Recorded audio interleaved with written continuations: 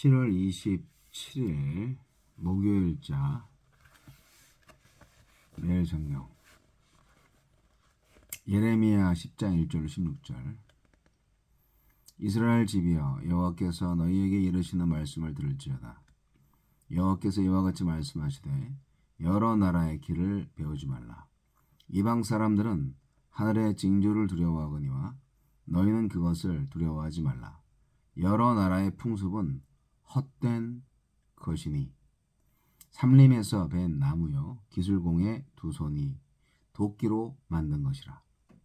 그들이 은과 금으로 그것에 꾸미고 못과 장도리로 그것을 든든히 하여 흔들리지 않게 하나니 그것이 둥근 기둥 같아서 말도 못하며 걸어다니지도 못하므로 사람이 메어야 하느니라. 그것이 그들에게 화를 주거나 복을 주지 못하나니 너희는 두려워하지 말라 하셨느니라. 여호와여 주와 같으니 없나이다. 주는 크시니 주의 이름이 그 권능으로 말미암아 크시니이다.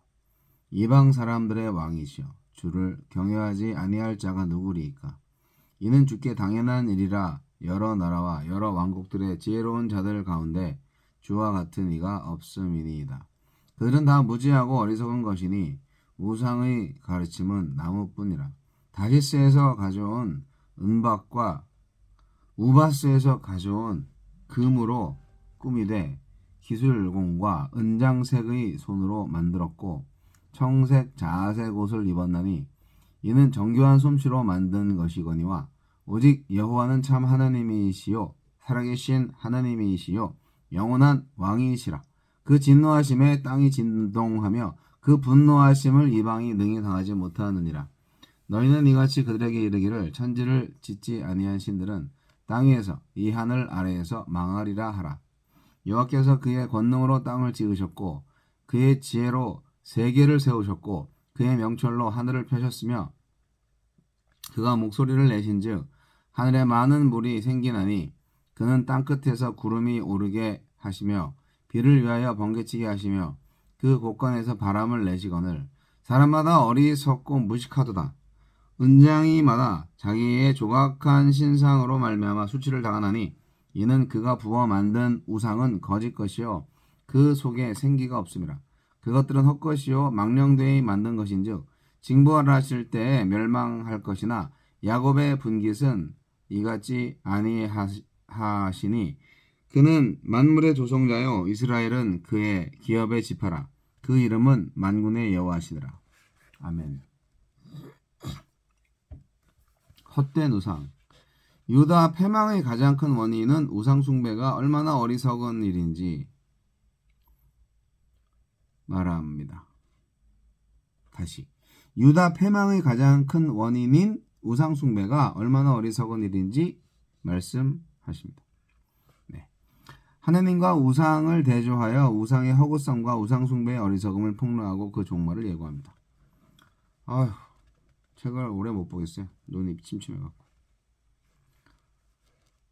하나님은 어떤 분입니까? 하나님 같은 분은 세상에 어디에도 없습니다. 그 지혜와 능력에 있어 하나님과 비견될 수 있는 존재는 없습니다. 우상은 그저 인간에게 사용되는 사물일 뿐입니다. 화를 내릴 수도 없고 복을 줄 수도 없습니다. 현재는 물론 미래에도 아무런 영향을 미칠 수 없습니다. 그런데도 하나님을 우상보다 못한 초라하고 무능한 분으로 만들고 있지는 않습니까? 하나님을 찬양할 여유가 없을 만큼 자랑하는 것이 있다면 그것이 우상입니다. 우리에게 주시는 교훈은 무엇입니까? 선지자는 이스라엘에게 이방 나라의 길을 배우지 말라고 경고합니다. 하늘의 징조가 민족과 민족의 운명에 영향을 미친다고 생각하여 이를 두려워했던 이방의 족속은 이방의 풍속은 어리석고 헛된 것입니다. 하늘의 해와 달과 별은 하나님이 창조하신 피조물에 불과합니다. 피조물을 창조주처럼 여기는 것은 어리석은 일이고 세상과 구별되어야 할 제사장 나라가 세상의 포로와 우상의 노예로 자처하는 것은 부끄러운 일입니다.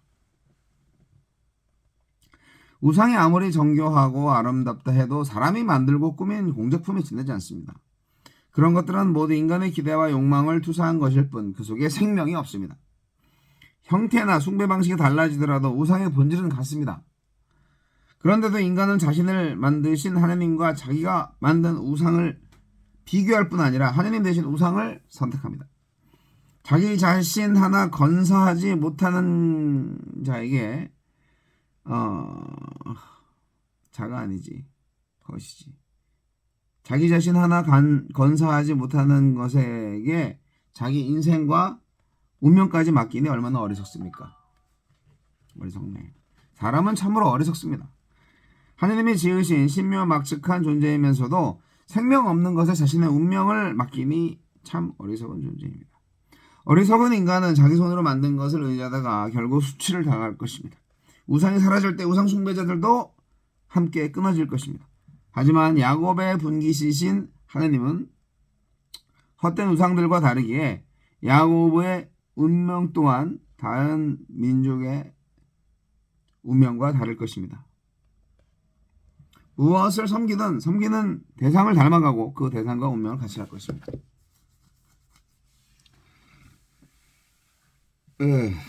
헛된 우상. 우리가 우상에 대해서 좀 비판을 할 필요가 있습니다. 비판을 하지 않으면 발전이 없어요. 그 왜 안 좋은 건지, 뭐 어떤 점에서 좋은 건지 좀 알아야지. 우상은 일단 죽어 있어요. 네, 하느님은 살아계시고 죽어 있는 거예요. 우상은. 우상은 그 당시 자연에서 나온 재료를 사용했죠. 뭐 나무를 사용하기도 하고 돌을 사용하기도 하고.